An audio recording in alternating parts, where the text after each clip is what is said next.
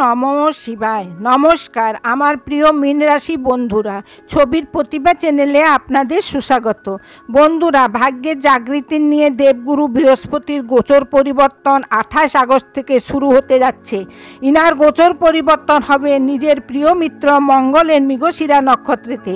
কি হবে এর প্রভাব আপনাদের নিয়ে, অর্থাৎ মীন রাশিদের নিয়ে, এরই বিশ্লেষণ নিয়ে আমি এখানে উপস্থিত হয়েছি। এবার জানবো এক তার্কিক বিশ্লেষণের দ্বারা কিভাবে এই সময় আপনাদের নিয়ে এক ভাগ্য উন্নতির কারক স্থিতির জন্ম দেবে। তাই তা জানতে যাচ্ছি এই ক্যালকুলেশনের মাধ্যমে। বন্ধুরা, ধ্যান দেবেন, দেবগুরু বৃহস্পতি ওই গ্রহ হন যিনি স্বয়ং আপনাদের মীন রাশির অধিপতি মানে স্বামী হন। এই সময়ে এই গুরু নিজের মিত্র মঙ্গলের মৃগশিরা নক্ষত্রেতে উপস্থিত হবেন। আর এই সময়ে মঙ্গলদেব ঠিক আপনাদের চতুর্থভাবে হবেন। আর 28 আগস্ট থেকে 28 নভেম্বর পর্যন্ত মঙ্গল আর কোথাও যাবেন না। হতে পারে 2-4 দিনের উপর নিচ হয়ে যায়, বাকি এই মঙ্গল আপনাদের ঠিক চতুর্থভাবে অবস্থিত থাকবেন। জ্যোতিষশাস্ত্র অনুযায়ী এক মান্যতা হয় কি, কোনো গ্রহ নিজের রেজাল্ট নিজের নক্ষত্রের অধীন হয়েই প্রদান করেন। ওই হিসাবে এবার দেবগুরু বৃহস্পতি নিজের পরিণাম যা চন্দ্রমার দ্বারা দিচ্ছিলেন, অর্থাৎ রোহিণী নক্ষত্রেতে দিচ্ছিলেন, এবার নিজের পরিণাম দেবেন মঙ্গলের দ্বারা, যা কি চতুর্থভাবে এই সময়ে সর্বাধিক প্রভাবী থাকবেন। প্রেডিকশন বেরিয়ে যা সামনে আসছে তা এ হবে কি, সর্বপ্রথম যে স্থানে মঙ্গল উপস্থিত আছেন অর্থাৎ চতুর্থ ভাব এখানে প্রভাবী হয়ে গেছে। এবার মঙ্গলের পাশে 2 রাশি হচ্ছে, তার হিসাবে এক প্রথম ধনের স্থান হয়ে গেছে আর দ্বিতীয় আপনাদের ভাগ্যের স্থান হয়ে গেছে। সব থেকে বড় যোগকারক গ্রহ হচ্ছেন মীন রাশিদের নিয়ে, এই জন্য আমি এখানে 2 লিখেছি, আবার তারপর লিখেছি 9। আর যে স্থানে দেবগুরু বৃহস্পতি হন সেখানে শেষ নিজের রেজাল্ট দেবেন, 25% রেজাল্ট দেবেন। এই হিসাবে আমি লিখেছি 3। এবার যে কম্বিনেশন বেরিয়ে এসেছে তা হলো 4293 কম্বিনেশন বেরিয়ে এসেছে, যার মাধ্যমে এবার আপনারা ভবিষ্যৎবাণী বুঝবেন। চতুর্থ ভাব হচ্ছে আপনাদের শান্তির। যদি মন অশান্ত আছে, কোনো না কোনো কারণে মনে কষ্ট চলছে, তাহলে এই এক সময় এমন আসবে যা আপনাদের মানসিক শান্তিকে আমাদের পর্যন্ত পৌঁছাতে পারবে।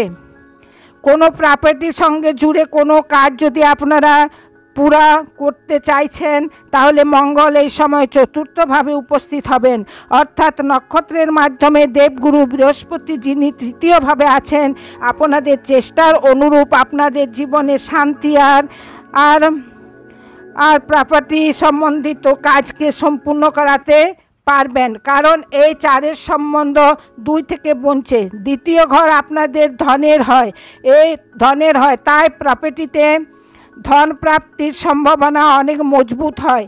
এই 4-এর সম্বন্ধ 9 থেকেই আছে বনছে, তাই এই সময়ে কোনো পৈতৃক সম্পত্তি প্রাপ্ত হতে পারে, পিতার আশীর্বাদ মিলতে পারে, নিজের সিনিয়র উচ্চাধিকারীর সাপোর্টও এই সময়ে সব থেকে বেশি মহত্বপূর্ণ স্থিতির জন্ম দেয়।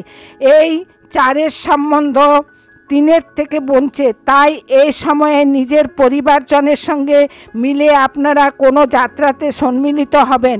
কোনো যাত্রা ইত্যাদি এই সময়ে অবশ্যই হয়, যা উন্নতির মার্গকে প্রশস্ত করতে দেখতে অবশ্যই পাওয়া যায়।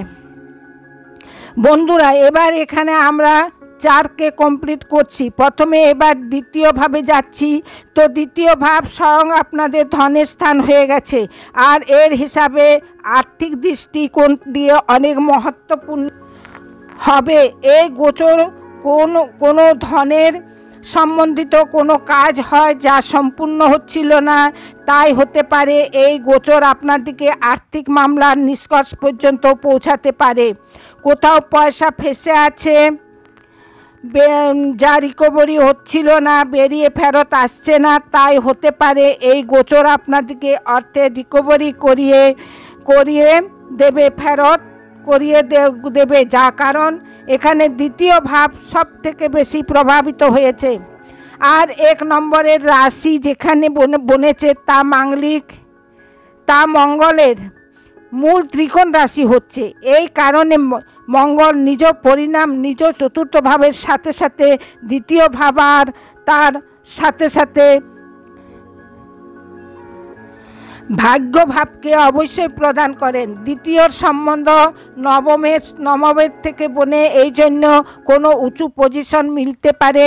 আপনারা যে কাজ করছেন, যে কাজের সঙ্গে আপনারা জুড়ে আছেন, সেখানে নতুন প্রমোশন আপনাদের হতে পারে। কোনো ইনক্রিমেন্টের সম্ভাবনা এখানে বনছে, কারণ নবম ভাব আপনাদের ভাগ্যের স্থান হয়, অর্থাৎ ভাগ্যের সাপোর্ট আপনাদেরকে পুরা এই গোচরের মধ্যে মিলবে। কারণ 4-এর সাথেও 9 এর সম্বন্ধ বনছে, 2-এর সাথেও ভাগ্যের সম্বন্ধ বনছে, আর তার সাথে সাথে 3-এর সঙ্গেও 9-এর সম্বন্ধ বনছে। তাই এই সময়ে নিজের ভাই বোনদের নিয়ে আপনারা কোনো ভালো চেষ্টা করতে পারেন, অথবা আপনাদের ভাই বোনেরও সাপোর্ট আপনাদের ভাগ্য উন্নতিতে সহায় হতে পারে। তৃতীয় সম্বন্ধ দ্বিতীয়র সঙ্গে বনছে, তাই ভাই বোনদের দ্বারা কোনো ধনের সম্বন্ধিত কোনো লেনদেনের সম্বন্ধিত কোনো বিবাহের স্থিতি হয়, এখানে অনেক প্রবল হতে দেখা যাচ্ছে। এবার এই স্থানে তৃতীয়র সম্বন্ধ দ্বিতীয়র থেকে বনছে, আর তার সাথে সাথে এখানে এক সম্বন্ধ এমন আছে যেখানে আমার ধন আমার পরিবারদের নিয়ে ভালো কাজের উপর সংলগ্ন হতে পারবে। তৃতীয় ঘর আপনাদের চ্যালেঞ্জের সিচুয়েশনের হয়, আর এখানে দেবগুরু বৃহস্পতি বিরাজমান আছেন। এই জন্য আমাদের জীবনে যে চ্যালেঞ্জ হয় তা 25% অবশ্যই বিদ্যমান হতে পারে, কারণ এ নির্ভর করছে আপনাদের জন্মকুণ্ডলীর উপর। গুরুর স্থিতি কেমন আছে অথবা মঙ্গলের স্থিতি কেমন আছে। বাকি গোচরে দেখা যায় তো এক পজিটিভ ভাইব্রেশন এখানে বেরিয়ে আসছে। বিশেষ দিক দিয়ে যদি আমাকে এক শব্দতে প্রশ্ন করা যায় কি মীন রাশির নিয়ে দেবগুরু বৃহস্পতির মৃগশিরা নক্ষত্রেতে গোচর করা কেমন হবে, তাহলে আমি বলতে পারি যে আর্থিক দৃষ্টিকোণে অনেক মহত্বপূর্ণ সময় হবে। ভাগ্যের দৃষ্টিকোণে ভাগ্যের সাপোর্ট এই সময়ে মিলছে। চতুর্থভাবে স্বয়ং মঙ্গল আছেন, অনেক শান্তির বাতাবরণও প্রাপ্ত হয়। প্রপার্টি সম্বন্ধিত কাজকে সম্পূর্ণ করেন, কারণ মঙ্গলের দৃষ্টি অলরেডি দশমভাবে পড়ছে, যার অধিপতি দেবগুরু বৃহস্পতি হন। এই কারণে ক্যারিয়ারেও উঁচু পজিশনের প্রাপ্ত হতে পারে, অথবা কোনো না কোনো ক্যারিয়ার নিয়ে শুভ পরিমাণ এই গোচরের মধ্যে বেরিয়ে অবশ্যই আসে আপনাদের নিয়ে, আপনারা এ জানবেন। এছাড়া আমি আপনাদেরকে এক ক্যালকুলেশন করে দেখিয়েছিলাম কি বাস্তবে কি বেরিয়ে সামনে আসছে। আমি চাইলে এই ক্যালকুলেশন না করেও সোজা আপনাদেরকে প্রেডিকশন করে বুঝাতে পারতাম, কিন্তু আমার এক প্রয়াস হচ্ছে কি আপনারা স্বয়ং জ্যোতিষকে বুঝতে পারেন, তা কি এর নিষ্কর্ষ পর্যন্ত আপনারাও পৌঁছতে পারেন কি কেন আমাদের সাথে এ ঘটনা ঘটনেওয়ালা হবে। আর আপনারা তার নিয়ে প্রিপেয়ারও হতে পারেন, তৈয়ারি করতে পারেন নিজের সফলতার উচ্চস্থানকে প্রাপ্ত করার জন্য। বন্ধুরা, আমি আশা করছি আপনারা সকলে এ বুঝেছেন, আপনারা এ জেনেছেন। যদি আপনারাও বুঝেছেন আর জেনেছেন, আমার বোঝানোর চেষ্টা যদি আপনাদের সার্থক লেগেছে, আমার বোঝানোর তালিকা যদি আপনাদের সার্থক লেগেছে, তাহলে অবশ্যই এক প্রেমপূর্বক লাইক এবং কমেন্ট করা কোনো দিন ভুলবেন না। বন্ধুরা, যদি আমার ভিডিও আপনাদের ভালো লেগে থাকে, ভিডিওকে লাইক করবেন, শেয়ার করবেন, আর ছবির প্রতিভা চ্যানেলকে সাবস্ক্রাইব করে পাশে রাখা বেল আইকনটা প্রেস করে দিবেন, যাতে করে এরূপ ভিডিও সর্বপ্রথম আপনাদের নিকট পৌঁছে যায়। আর কমেন্ট বক্সে অতি অবশ্যই লিখবেন ওম নমঃ শিবায়।